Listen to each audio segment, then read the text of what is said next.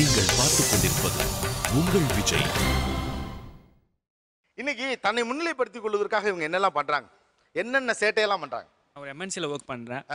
அதுபடி பார்த்தீங்கன்னா நீங்கள் சொன்ன மாதிரி கான்வர்சேஷன் ஸ்டார்ட் ஆகும்போதே பார்த்தீங்கன்னா உள்ளே இருக்கும் போது அவங்கள ப்ரொஜெக்ட் பண்ணிப்பாங்க. இப்போ நீங்கள் எம்என்சின்றீங்க, நீங்கள் என்ன வேலை பார்க்குறீங்க நான் கேட்கவே இல்லை, அவ்வளோதான் சொன்னேன் நான். அதுக்குள்ளே நான் ஒரு எம்என்சியில் வேலை பார்க்குறேன். ஓகே, வேற சொல்லுங்க, என்னென்ன சேட்டையெல்லாம் இருக்கவங்க சொல்லுங்க. தன்னை முன்னிலைப்படுத்திக் கொள்ள என்னென்ன சேட்டைகள் செய்கிறார்கள்?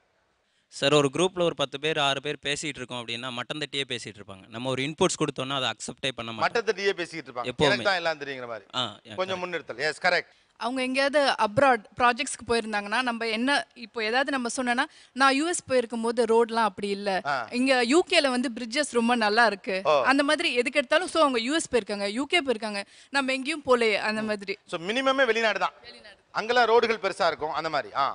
இது ஃபாரின் கண்ட்ரீஸ்லாம் போகும்போது இந்த சென்னை ஏர்போர்ட்லேருந்து இப்போ லண்டன் போகிறாங்கன்னா லண்டன் வரைக்கும் ஸ்டேட்டஸ் போடுவாங்க. 10-15 ஸ்டேட்டஸ். அங்கே இறங்கி ஃபர்ஸ்ட் லண்டன் பிரிட்ஜுக்கு போகிற வரைக்கும் ஸ்டேட்டஸ். லேண்டட் இன் லண்டன் வரைக்கும், லண்டன் அது வரைக்கும் ஸ்டேட்டஸ். அப்புறம் என் ஃப்ரெண்டு ஒரு கம்பெனிலேருந்து இன்னொரு கம்பெனி போயிருக்கான். ஃபர்ஸ்ட் டே ஆரம்பிச்சு 7th டே வரைக்கும் பஸ் ஏறினதுலேருந்து கம்பெனி விட்டு வெளியில் வந்ததுலேருந்து ஸ்டேட்டஸ். எல்லாத்தையும் ஸ்டேட்டஸாக போட்டுட்டே இருக்குது எஃபியில். இன்னும் சில பேர் என்னென்னா மேரேஜ் ஆன பிறகு 100th டே 500th டே 1 year செலிப்ரேஷன் இதெல்லாம் எஃபியில் போடுறது. ஓகே, அதாவது பரவாயில்ல, லண்டன் வரைக்கும் போனால் பரவாயில்ல, இங்கேருந்து தேனிக்கு போகிறதுக்கோ இல்லை மதுரைக்கு போகிறதுக்கோ ஸ்டேட்டஸ் ட்ராவலிங் ஃப்ளையிங் அப்படின்னு அந்தது.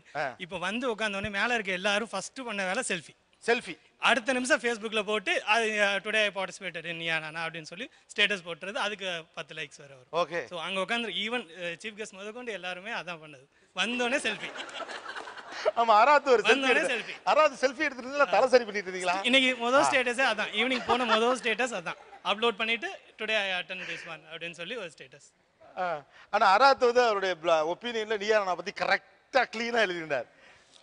யாரையுமே கண்டுக்க மாட்டானுங்க பாய்வனுங்க அப்படின்னு. வீட்டிலலாம் பார்த்தீங்கன்னா ஒரு அழுக்கு நைட்டியை போட்டு குழந்தைக்கு வந்து சாதத்தை திணிச்சு விட்டுவாங்க சார். இதே ஒரு ஃபேமிலி ஃபங்க்ஷன் ஒரு பெரிய ரேஞ்சுக்கு போனோம்னா, கண்ணா டோன்ட் ஈட் பை ஹேண்ட்னா டேக் இட் பை ஸ்பூன். ஒரு இட்லியை கூட ஸ்பூனில் கட் பண்ணி குத்தி ஃபோர்க்கில் கொடுத்து அது குழந்தைக்கு வாயெல்லாம் குத்தும், இருந்தாலும் அது ஒரு ஸ்டேட்டஸ்க்காக அப்படி பண்ணுறது. டோன்ட் ஈட் இன் ஹேண்ட்னா அப்படின்னு. ஓகே, வேற இப்படிதான் எப்படி எல்லாம் தங்களை முன்னிலைப்படுத்துகிறாங்க. தேவையில்லாத ஆடம்பரமான பொருட்கள் யூஸ் பண்ணுறது. டிஎஸ்எல்ஆர் அது அவனுக்கு எப்படி யூஸ் பண்ணுறதுன்னே தெரியாது. மேட்ரு அதை வாங்கி வச்சு பயன்படுத்த தெரியாது. அதை கல்யாணத்துக்கு கொண்டு போய் வந்து சும்மா காட்டுறது மட்டும். அங்கே கல்யாணத்தில் ஃபோட்டோ எடுக்கிறதுக்கு ஆள் இருக்கும், இவருக்கு எடுக்கவும் தெரியாது, ஆனால் நான் வச்சிருக்கேன்.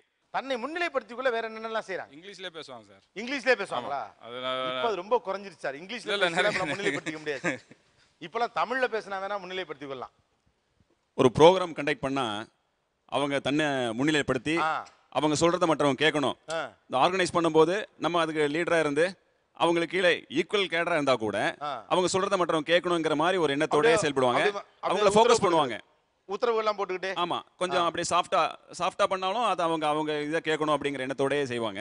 அப்புறம் மைக்ல ஏதாவது பேசக்கூடிய வாய்ப்பு கிடைச்சாலும் அவங்க தான் போய் அதை லீட் பண்ற மாதிரி ஒரு ஷோ காமிச்சிட்டு இருப்பாங்க. இது எல்லா இடங்கள்லயுமே எல்லா ஃபேர்ம்லயும் சரி இன்ஸ்டியூட்லயும் சரி நடக்குது. சார், அவங்க வாயில வந்து முடியலைன்ற வார்த்தையே வராது, தெரியலன்ற வார்த்தையே வராது. முடியல தெரியலன்னு சொல்ல மாட்டாங்க. இப்போ எக்ஸாம்பிள் வந்து நான் அடையாருக்கு எப்படி போகணும் அப்படின்னு நான் கேட்குறேன்னு வச்சுங்களேன், அவர் போயிருக்கவே மாட்டார். அடையாருக்கு இதான் ரூட்டுன்னு சொல்லுவார். ரொம்ப மந்தாவா தெரியாதுன்னு சொல்லிட்டா மரியாதை பேர் சொல்ல மாட்டார். அதே மாதிரியே ஏதாவது ஒன்று சொன்னோன்னா எனக்கு மினிஸ்டர் தெரியும், எம்பி தெரியும், ரொம்ப யதார்த்தமாக சொல்லுவாங்க. ஆனால் அவங்க தெரியவே தெரியாது.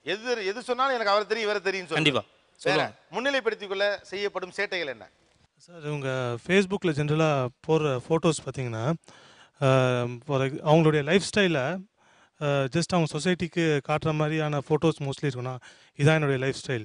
ஃபார் எக்ஸாம்பிள் அவங்க ஒரு மெக்டானல்ஸில் உட்காந்து சாப்பிட்ற மாதிரியான ஒரு ஃபோட்டோ. இது வந்து இதுதான் எங்களுடைய ஜென்ரல் லைஃப் ஸ்டைல் அப்படின்றத நாங்கள் வந்து என்னுடைய சொந்தக்காரங்களுக்கோ என்னை சுற்றி இருக்கவங்களுக்கோ நான் காட்டணும். ஓகே, வேற நார்மலாக நம்ம பேசிகிட்டு இருப்போம், கொலிக்குள்ளே பேசிகிட்டு இருக்கணும், சம்மந்தமே இல்லாமல் ஒரு ஃபோட்டோ காமிச்சு இது பார்த்து அழகாக இருக்குது, இவங்க அழகாக இருக்காங்கன்னு கடைசியை பார்த்தா அதில் ஏதாவது ஒரு மிஸ்டேக் சொல்லுவாங்க. இவங்கள விட நான் பெஸ்ட்டாக இருக்கல, கடைசியாக அவங்க அழகாக இருக்குன்ற சொல்ல வர விஷயத்த வந்து சம்மந்தமே இல்லாமல் கூப்பிட்டு இவங்க இப்படி இருக்காங்க பாரு, ஆனால் இவங்கள விட நான் பெஸ்ட்டாக இருக்கேன்ல அப்படின்ற மாதிரி.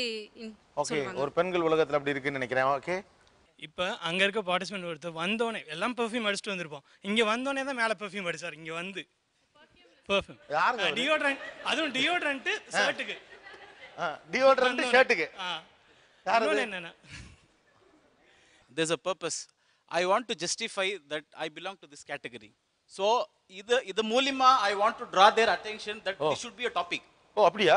ஒரு பஸ்ஸாம இருக்கலாம், ஒரு மாஸ்கா இருக்கலாம், ஒரு ஃபங்க்ஷனா இருக்கலாம். My prime objective is to draw the crowd. So, that is a prime reason நான் ஏன்ச்சு ஸ்ப்ரே பண்ணது. For instance, இப்போ அந்த இடத்துல உட்கார்ந்து இருக்கிற எல்லாமே வந்துட்டு 99% they use perfume. But nobody applies perfume and go to bed. Perfume போட்டு அங்கே வெளியே போகிற மாதிரி தான். So, at least to spray fragrance to my people, I applied. So அது வந்து டாப்பிக்காக எடுக்கணுமே தான் அது பண்ணது நான். நீங்க ஒரு பெர்ஃப்யூம் வந்து ஃப்ளோர்ல அடிச்சதுக்கு இவ்வளோ பெரிய டயலாக்கா? இதுலயே முடிச்சிருச்சாங்க எப்படிலாம். ஸோ கிடைக்கிற ஆப்பர்ச்சுனிட்டிலாம் நீங்க பெர்ஃப்யூம் அடிச்சிருவீங்க. இன்னொன்று என்னன்னா ஊரில் நம்ம இங்கே படிக்கிற கம்ப்யூட்டர் சயின்ஸாக இருக்கும், ஊரில் மெக்கானிக்கலோ டிப்ளமோ படிச்சிருப்போம். வீட்டில் இருக்கவங்க என்ன சொல்லுவாங்க, அம்மா அப்பா என் பையனுக்கு எல்லாம் தெரியும், நம்மளுக்கு ஒன்றும் தெரியாதுங்கிறது நம்மளுக்கு தெரியும். ஆனால் அவன் வந்து என்கிட்ட கேட்பான், அண்ணா இது உங்களுக்கு தெரியுமா, நம்மள வீட்டில் சொன்னாங்க அப்படிங்கிறது. எனக்கு தெரியும், அவங்க என்னை முன்னிலைப்படுத்தணும்னு சொல்லிட்டு அவங்க தான் சொல்லிட்டு போயிடுவாங்க. அது எனக்கு, ஆனால் அது தெரியவே தெரியாது உண்மையிலே எனக்கு. ஓகே, வீட்டிலேருந்து ஒரு 1500 தான் அதாவது புடவை வாங்கணும்னு ஃபிக்ஸ் பண்ணிட்டு போயிடுவாங்க. ஆனால் நேரில் போய் கேட்டால் அவன் நம்மளுக்கு தப்பாக நினச்சிப்பான் கடைக்காரன்ட்டு. நேராக போயிட்டு 10,000 செக்ஷனுக்கு போயிடுவாங்க.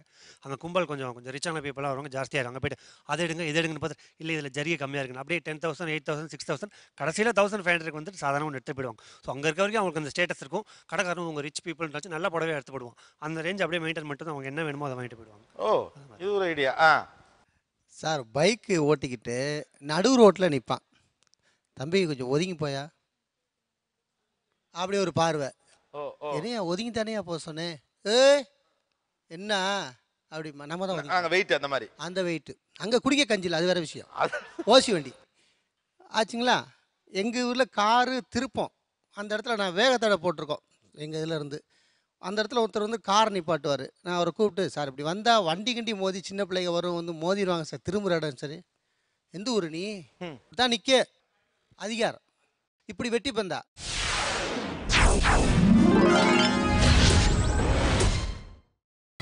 நீங்கள் பார்த்துக் கொண்டிருப்பது உங்கள் விஜய். அந்த கல்யாண வீட்டில் பார்த்தீங்கன்னா திடீர்னு வந்து ஒரு ஆள் வருவார், வந்து அவருக்கு வந்து முன்னிலைப்படுத்துறதுக்காண்டி ஒரு சவுண்டு கொடுப்பாரு. சவுண்டு கொடுத்து எல்லோரும் வந்து உடனே அட்டன் பண்ணுவாங்க. அட்டன் பண்ணி என்ன ஆச்சு அப்படின்னு பார்ப்பாங்க. அந்த மாதிரி ஒரு சூழ்நிலை எல்லா கல்யாண வீட்லையும் யாராவது ஒருத்தர் ரிலேட்டிவ்ஸ் அந்த மாதிரி ஒரு இன்னொருத்தர் சின்ன விஷயம் தான் பண்ணியிருப்பாங்க. ஆனால் அது ஊதி காட்டுவாங்க, பாருங்க நான் இப்படி பண்ணேன், அதுக்கு அந்த இவ்வளோ எஃபர்ட் எடுத்தேன், அவ்வளோ எஃபர்ட் எடுத்தேன் அப்படின்னு சொல்லி தான் எவ்வளோ தூரம் அந்த காரியத்தை பண்ணோன்னு சொல்லி அதில் அது மூலமாக தன்னை வந்து முன்னிலைப்படுத்துவாங்க. அடுத்தது வந்து இவங்களே ப்ராப்ளத்தை க்ரியேட் பண்ணுவாங்க. அது இவங்களே வந்து உனக்கு உதவி வேணுமான்னு கேட்பாங்க, இவங்களே வந்து உதவி செய்வாங்க. இது பாரு என்னால் தான் முடிஞ்சது அப்படிம்பாங்க. இது வந்து ஒரு பெரிய பிளான். இது வந்து ஒரு இன்ஸ்டிடியூஷன் வந்து அருமையாக நடந்துட்டு இருக்கு. ஓகே, அது வந்து பார்த்தீங்கன்னா நமக்கே தெரியாது என்னடா இது எப்படி நடந்ததுன்னு பார்த்தா அவர் பாரு என்னால் தான் முடிஞ்சது அப்படின்னு சொல்லி அவர் வந்து முன்னால் வந்து நின்றுவார். பரவாயில்லையே, இப்படி இது ரொம்ப ரொம்ப ஆழமான விஷயம். இப்போ இது வந்து இது என்னென்ன இதெல்லாம் டீம் ஒர்க் இருக்கு, ஹோம் ஒர்க் பண்ணிட்டு வர்றது. நாளைக்கு நான் இப்படி பண்ணுவேன், இந்த நாளே ஃபோன் பண்ணி சொல்லிட வேண்டியது, நீ இந்த இதை ரைஸ் பண்ணு அப்படிங்கிறது. இதில் எல்லாம் பைத்தியக்கார பையில சுற்றி உட்காந்துருப்பான், என்னன்னே தெரியாது. ஆனால் அவங்க வந்து இந்த மாதிரி அழகாக ஒன்று போட்டு போயிட்டே இருப்பாங்க. ஓகே, அவங்க முன்னிலையிலே இருப்பாங்க. அப்புறம் அந்த ஃபங்க்ஷன்ஸ் பார்த்தீங்கன்னா ஏதாவது ஃபங்க்ஷன்ஸ் இருக்குங்க, திடீர்னு ஒருத்தர் எங்கே இருந்தால் வருவார் காலேஜில். அவர் வந்து சீஃப் கெஸ்ட்டை போய் ரெண்டு கையை கொடுப்பாரு, கையை கொடுத்தா ஹாய்ம்பார், அவர் முன்னிலை ஏறுவார். அது பார்த்து அங்கே ஒரு ஃபோட்டோ எடுப்பார், முடிஞ்சு போச்சு. இதெல்லாம் வந்து பார்த்தீங்கன்னா கொஞ்சம் கன்னிங்காக கொஞ்சம் இதாக தான் அவங்க பண்ணுவாங்க. ஓகே, இல்லை பிளான் பண்ணி க்ளீனாக பண்ணுவாங்க. ஆனால் அவங்களுடைய எஃபிஷியன்சி எப்படி இருக்குன்னு பார்த்தீங்கன்னா நமக்கு உண்மையிலே தெரியும் அவங்களுடைய எஃபிஷியன்சி என்னன்னு தெரியும். ஆனால் அவங்க இப்படி தான் ஒரு சர்வைவலுக்காண்டி போயிட்டே இருப்பாங்க. அப்படி ரொம்ப ரொம்ப அழகாக இன்ஸ்டிடியூஷனுக்குள்ளே என்ன நடக்குதுன்னு அழகாக சொன்னீங்க நீங்கள். எஸ், வேற ஃப்ளெக்ஸ் பேனர் வைக்கிறது சார். ஃப்ளெக்ஸ் பேனர் வைக்கிறது இண்டிவிஜுவலாக பார்த்தீங்கன்னா பர்த்டே ஃபங்க்ஷனாலும் சரி, ரிட்டையர்ட் ஃபங்க்ஷனாலும் சரி, அவங்களே அவங்க ரிலேஷன்ஸ் கிட்ட மணி கொடுத்து அவங்களே ஃப்ளெக்ஸ் பேனர் வைக்க சொல்கிறது. இந்த விஷயம் வந்து சார் இன்ஸ்டியூஷனில் பார்த்தீங்கன்னா நல்லாவே நடக்கும். இப்போ ஃபேமிலி வந்து ஒரு இன்ஸ்டியூஷன் தான். அதில் வந்து ஒரு 4 குழந்தை இருக்கிற இடத்துல ஒரு குழந்தை வந்து க்ளீனாக அந்த இது அழகாக பண்ணும். அதை வந்து அப்பா வந்து தூக்கின உடனே சொல்லும், அவன் அடிச்சிட்டான் பாரு அப்படிங்கும். அப்படின்னு சொல்லி அந்த குழந்தை வந்து அப்பா கிட்டேருந்து முக்கியத்துவத்தை வாங்கும். ஓகே, இது நம்ம வந்து எல்லா குடும்பத்துலேயும் பார்க்கலாம். ஓகே, எல்லா ஃபேமிலியிலும் பார்த்தீங்கன்னா ஹஸ்பண்ட் தான் கேப்டன், ஆனால் ஒய்ஃப் வந்து கேப்டன் சொல்லுவாங்க. ஆனால் பார்த்தீங்கன்னா அந்த கேப்டனுக்கு முக்கியத்துவம் கொடுக்கறதுக்கு அதுக்கு ஒரு தனி ஒரு ட்ராமா ஓடிட்டு இருக்கும். அந்த ஒய்ஃப் வந்து சொல்லுவாங்க, நான் உனக்காண்டி இது செஞ்சுருக்கேன் பாரு அப்படிம்பாங்க. ஹஸ்பண்ட் வந்து டேஸ்ட் பண்ணாட்டா கூட பரவாயில்ல, ஆனால் அந்த ஒய்ஃப் வந்து அதுக்கு எடுக்கிற எஃபர்ட் வந்து பயங்கரமாக இருக்கும். ஓகே, அதுவும் நம்ம பார்க்கலாம். சார்ட்ட கொடுங்க இங்கே. இவர் மிஸ்டர் ஞானசேகரன், நம்ம அறிமுகப்படுத்த வேண்டிய முக்கியமான ஒருவர். நம்ம இயக்குனர் ருத்ரையா அவர்களுடைய சேர்ந்து ஒர்க் பண்ணவர். அவள் அப்படித்தான் இயக்குனர் ருத்ரையா அவர்களோடு சேர்ந்து ஒர்க் பண்ணவர். அவரும் டிஎஃப்டி. ஏசா, இந்த முன்னிலைப்படுத்திக் கொள்ளுதல் அப்படிங்கிறவங்க தங்களை முன்னிலைப்படுத்திக் கொள்ள என்னெல்லாம் சேட்டைகள் பண்ணுறாங்க? இந்த பேசிக் அனிமல் இன்ஸ்டிங்க்ட் தான், அது சர்வை பண்ணணுன்றதான்.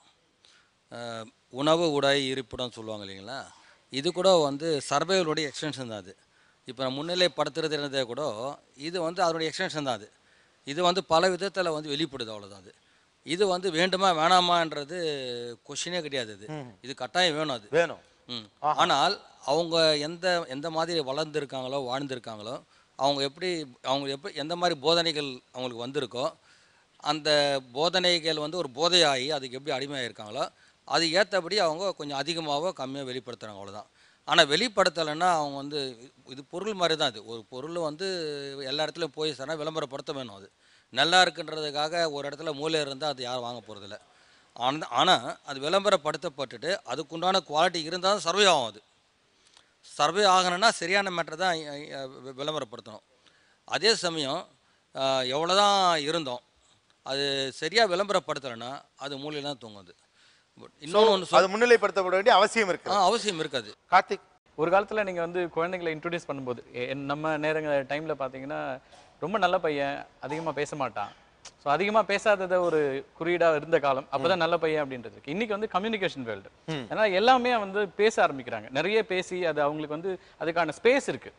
அதனால் தங்களை வந்து முன்னாடி வந்து பார்த்தீங்கன்னா அதிகபட்சமாக ஒருத்தருடைய விருப்பமாக இருக்கிறது வந்து வாசகர் கடிதத்தில் நம்ம பேர் வர்றது, இல்லை ரூபவாணியில் ஒரு பாட்டு வேணும்னு கேட்டுட்டு அந்த பாட்டு ஒளிபரப்பான உடனே அது ஒரு பெரிய பெருமிதப்படுறது அப்படின்லாம் இருந்ததோ இருக்கும். ஆனால் இன்னைக்கு வந்து அவங்களுக்கு வந்து சோஷியல் மீடியா இருக்கு, நிறைய விஷயங்கள் இருக்கும்போது தங்களை வந்து அதில் ப்ரொமோட் பண்ணிக்கிறதுக்கு வந்து 10 பேர்லேருந்து தனியாக ஒதுக்கி நான் இதுலேருந்து வேறுபட்ட ஒரு ஆள் அப்படின்றத கொண்டு வரதுக்கான ஒரு தேவையும் இருக்கு. அதே நேரத்தில் அந்த பேஸ் இல்லாமல் பிரபலப்படுத்திக்கிற விஷயங்கிறது வந்து தொடர்ந்து இப்போ நிறைய நடந்துட்டு இருக்கு.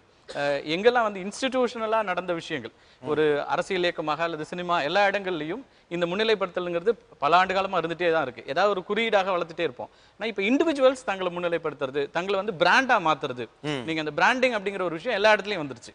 அது ஒரு இன்ஸ்டிடியூஷனலாக இருந்த பிராண்டிங் ஒரு அரசியல் கட்சிக்கான பிராண்டிங்காக இருக்கும், இல்லை இப்போ ஒரு சினிமா ஒரு ஹீரோஷிப் நம்ம ஊரில் எப்பவுமே இருந்துட்டு இருக்கிற ஒரு விஷயம். அது அரசியல் தலைவராக இருக்கலாம், சினிமாவாக இருக்கலாம். இப்போ எல்லாருமே தங்களை வந்து ஒரு ஹீரோவாக அல்லது தங்களை வந்து ஒரு எல்லார்ட்டேருந்து மாறுபட்ட ஒரு ஆளாக காமிக்கிறதுக்கு முயற்சி பண்ணுற ஒரு ஸ்பேஸ் இது. ஓகே. அப்போ அதுக்கான விஷயங்களை முன்னெடுக்கும் போது நிறைய காமெடியெல்லாம் பண்ண தான் செய்வாங்க. இப்போ நம்ம ப்ரொஃபஷனலாக பார்த்தீங்கன்னா எனக்கு வந்து இயல்பாக நடக்கிறதுல பார்த்தீங்கன்னா காலையில் ஒரு பர்டிகுலர் ஒரு சீனியர் லீடரை சொல்லி அவர் காலையில் ஃபோன் பண்ணாருப்பா இந்த மாதிரி அப்படின்னு சொல்லி இயல்பாக ஆரம்பிப்பாங்க. அவருக்கு தொடர்பு இருக்குமா இல்லையா அப்படிங்கிறதுலாம் கூட தெரியாது. இது எல்லா இடங்களுமே என்னன்னா நான் வந்து இந்த கான்டாக்ட்ஸோட இருக்கேன், எனக்கு இந்த பின்புலம் இருக்கு அப்படின்னு சொல்லக்கூடிய விஷயங்களாக முன்னாடி வரும். இதே தான் ஒவ்வொரு ப்ரொஃபஷன்லையும். இப்போ நான் வந்து ஒரு பொலிட்டிக்கல் லீடர்ஸோட இருக்கிற ஃபோட்டோகிராஃப்ஸாக அப்டேட் பண்ணுறது, ஸோ இவங்களுக்கு இந்த கான்டாக்ட்ஸ் இருக்குது அப்படிங்கிற ஒரு பில்டப் கொடுக்கறது, இது ஒரு பக்கம் நடக்கும்.